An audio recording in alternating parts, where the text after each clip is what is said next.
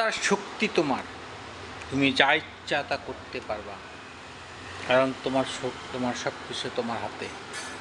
তুমি জানো তুমি যেই দায়িত্ব আছো, হয়তোবা তুমি দারোয়ানে আছো, হয়তোবা তুমি যেই কোনো কাজে আছো, তোমাকে একটা ক্ষমতা দেওয়া হয়েছে।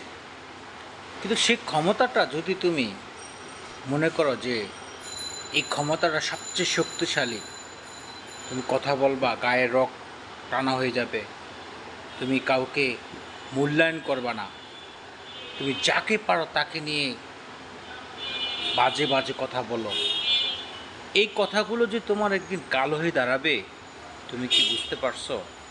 অনেক শক্তিশালী ক্ষমতা ব্যক্তি মাটির সাথে মিশে গেছে।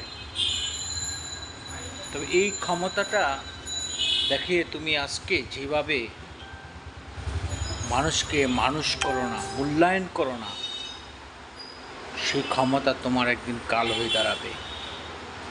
আজ তোমার কথা সবাই শুনতেছে, যখন তোমার ক্ষমতা শেষ, কেউ তোমাকে কোনো মূল্যায়ন করবে না।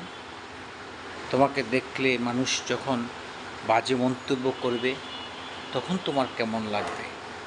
তাই ক্ষমতার মধ্যে থেকেও এখনও তুমি যদি মানুষকে মূল্যায়ন করো, তাহলে ভবিষ্যতে যখন তোমার ক্ষমতা থাকবে না, জনগণ তোমার পাশে থাকবে। পৃথিবীতে অনেক ক্ষমতাশালী ব্যক্তি আসছে, চলে গেছে। ক্ষমতা এমন একটা বিষয়, চিরস্থায়ী থাকে না।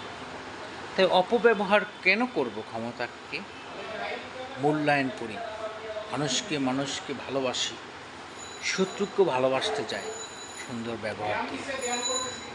এটাই সত্য, এটাই বাস্তবতা। আর সেই ক্ষমতা একদিন তোমার হাত থেকে চলে গেলে তুমি হয়ে যাবে নিঃস্ব। সেই নিঃস্বটা ভালো, ক্ষমতা দিয়ে সবাইকে ভালোবেসে একত্রিত থাকা ভালো। ধন্যবাদ।